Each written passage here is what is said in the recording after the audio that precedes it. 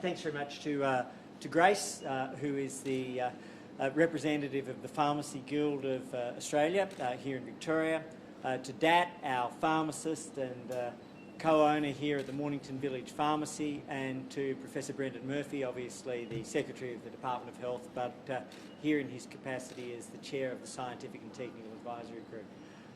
Today, Brendan and I have had our Moderna boosters. What that means is that the Australian Technical Advisory Group on Immunisation has backed in the decision of the Therapeutic Goods Administration and made two significant decisions.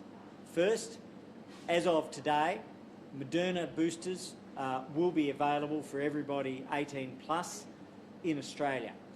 That's a broadening of the vaccines that are available. It adds to Pfizer, so if you're 18 and over, you can have the Pfizer or the Moderna wherever you are as a booster. Secondly, TAGI has recommended that the time frame for the boosters be brought forward from 6 months to 5 months, and that's in light of international evidence on efficacy and the impact of the Omicron variant. Again, two significant and important decisions to give Australia better access and earlier access to vaccines. So as of today, Moderna will be available as a booster, and anybody can come forward at 5 months to have their booster. And so those two things will help Australians be even better protected. We're now at 40.1 million vaccinations. We are at 93.3% first dose vaccination in Australia and 89.2% second dose vaccination. Already 683,000 people have had their boosters in Australia, well ahead of expectations, well ahead of schedule. But what this will do is it will mean an extra 1.5 million people are now eligible to immediately access the boosters. It's the commencement of the process. They're not overdue. It means that on the latest advice, it's appropriate, reasonable and safe for somebody to get the booster from 5 months. By the end of the month, by the start of January, 4.1 million Australians will be eligible to have the booster. And as I say, at this point in time, at 683,000, we're well ahead of schedule, well ahead of expectation. So we know throughout COVID, what Australians have done is they've taken the precautions to be safe, to keep each other safe, and to help protect the community. With one of the highest vaccination rates in the world, with one of the lowest rates of loss of life and one of the strongest economic recoveries, Australia is doing incredibly well. But the shorter time for boosters, the extra booster option with Moderna, which Brendan and I have had today, gives Australians more access, earlier access and more confidence that despite all of the challenge, we'll get through it. And I'll ask Professor Murphy to give you an update on the advice from the Australian Technical Advisory Group on Immunisation with regards to the 5-month time frame and the Moderna booster, but also to give an update on the latest evidence with regards to the Omicron variant. And after that, we'll take questions. Thank you, Minister. It's been a great pleasure to have my third dose with the Minister. We've had all our doses together. We both had our AstraZeneca doses together, and now we've had our Moderna boosters.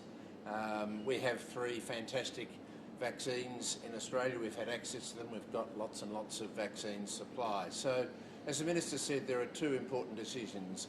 In the light of the Omicron variant, where we do believe that boosters are going to be much more important, we do believe that as one gets towards 6 months, the waning immunity of the primary vaccination means that a booster will be very important to continue that protection against this variant.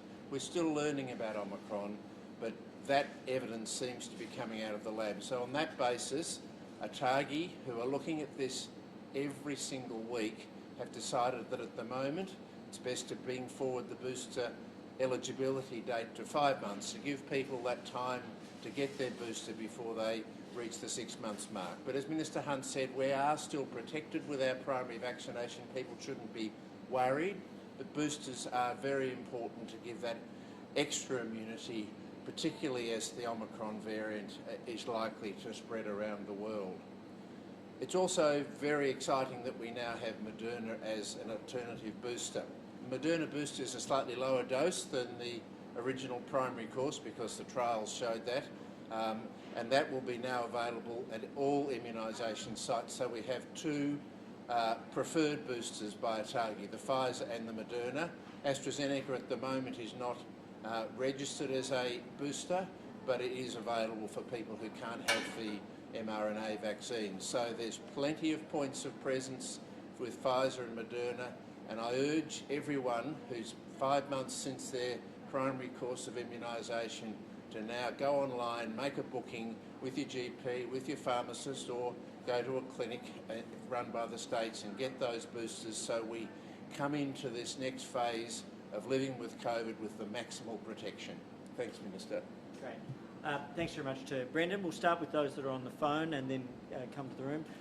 Rachel? Thanks, Minister. Given twice as many people will be eligible for boosters by the end of the year now, thanks to the new ATAGI decision, what extra or what additional measures are being done to ensure that people know that they're eligible, including advertising? And maybe a good question to President Murphy, what sort of side effects will people expect in these booster shots? So two questions. One is about public messaging and the second is about side effects, which Professor Murphy will answer.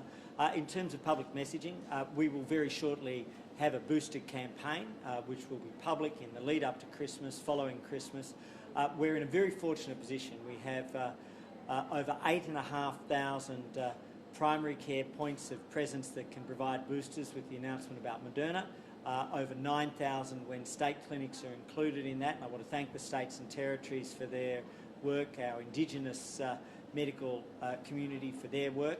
So over 8,500 primary care sites, now over 9,000 when the state clinics are included as options for people, and a national booster campaign which is going to begin over the course of the next week. On side effects?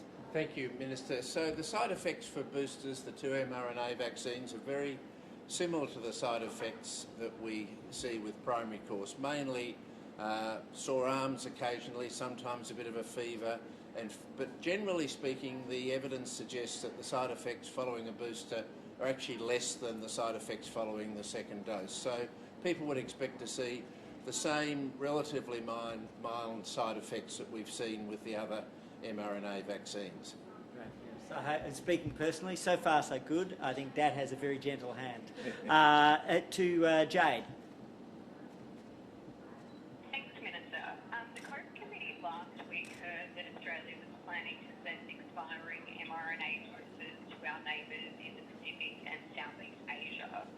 Will the shortening of the booster interval mean fewer doses could be sent overseas because they'll now be ending up in arms? No, we have 151 million doses that have been set aside for boosters.